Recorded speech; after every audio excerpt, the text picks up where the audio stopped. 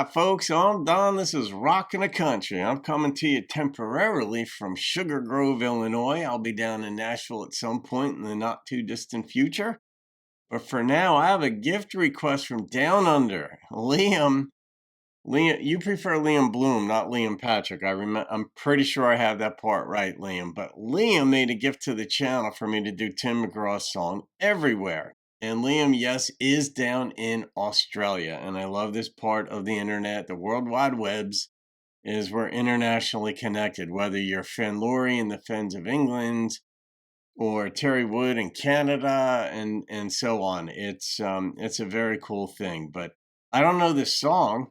And Liam said this: Tim McGraw songs from the 90s don't get any more classic than this song, Everywhere.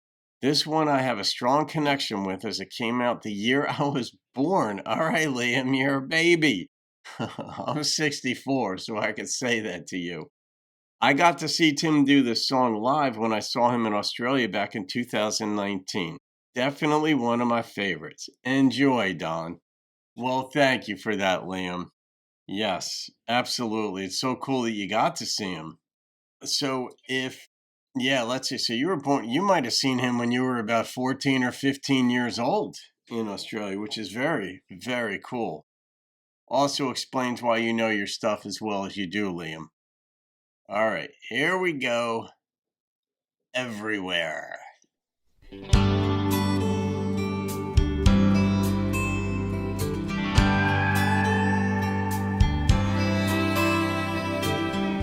We were born in this little town.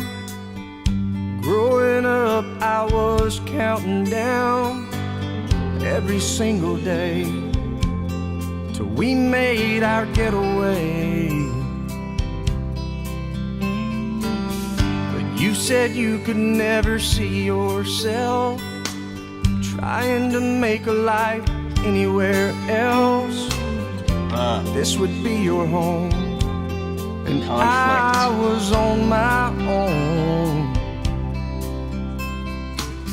But ever since you said goodbye, I've been out here on the wind.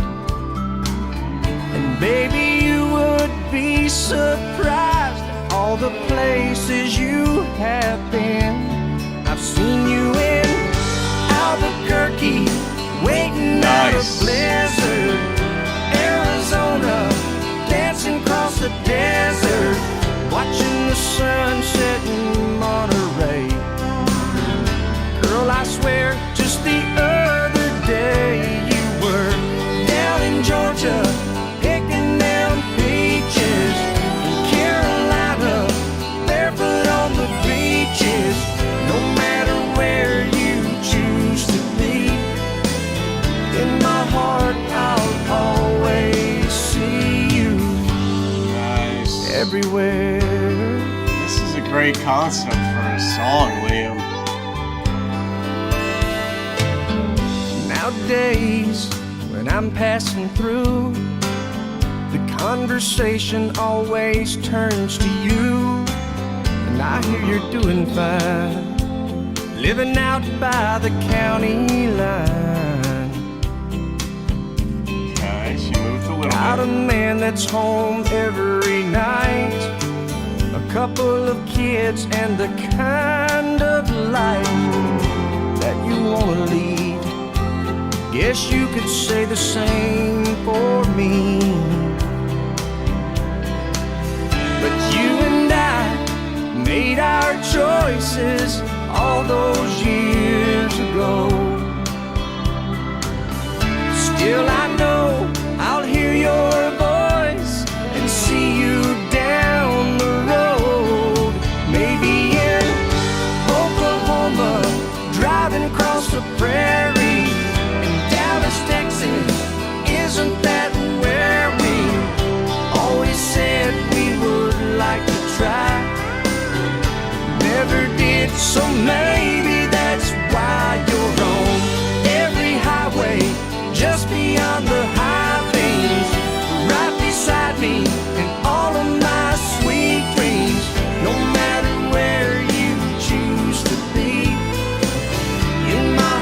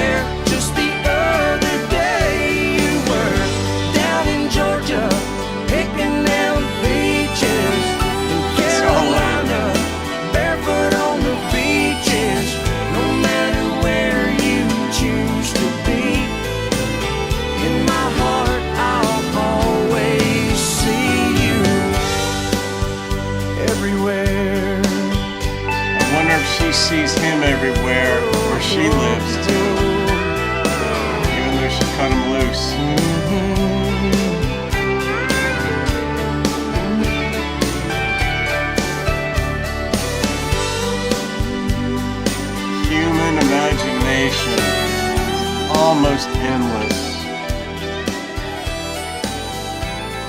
It's bound a little bit by the ideas that are already in it.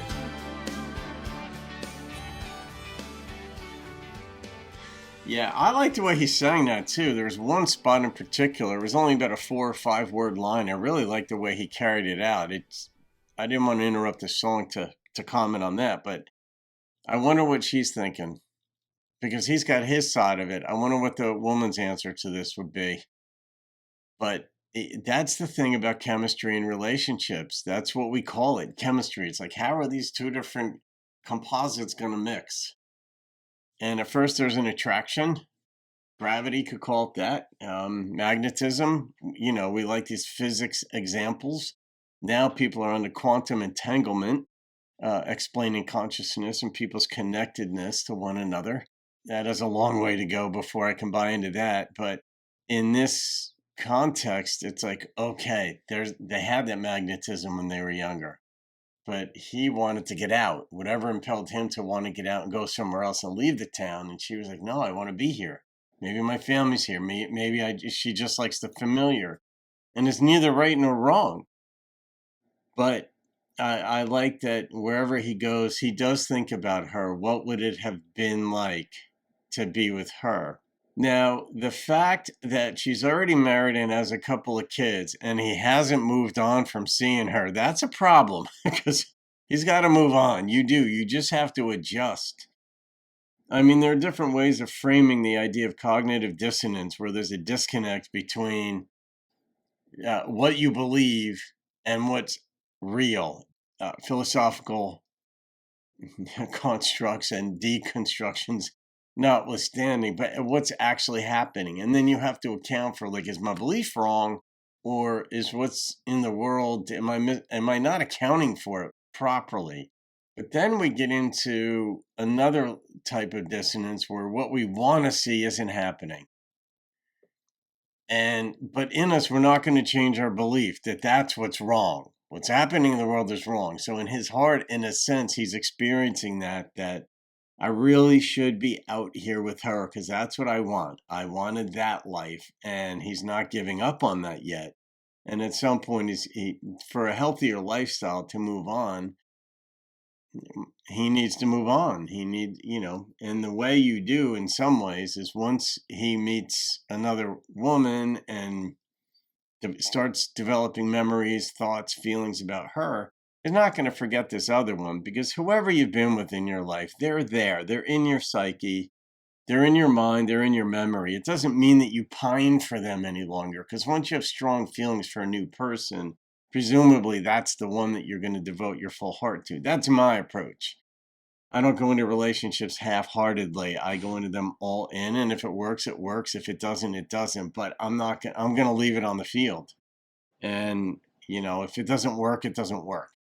For him, he's still pining over her, and I get it. He's in love. It's kind of like a love lost song, but she's already moved on. But I wonder what her answer would be. Would it be like every time I look, once in a while when I look in my kid's eyes, I see you, even though it's not his genes that are in the kids, his genetics, it's human nature. Life on planet Earth is an interesting thing, and we have creative minds. For some reason, we're able to contemplate years after a relationship broke up what it would be like to be in Albuquerque with her, or in Georgia, or on the beach somewhere, or the sunset in Monterey. And Liam, it's just, that's life. But Tim did a nice job on this one. I like the idea of this song too.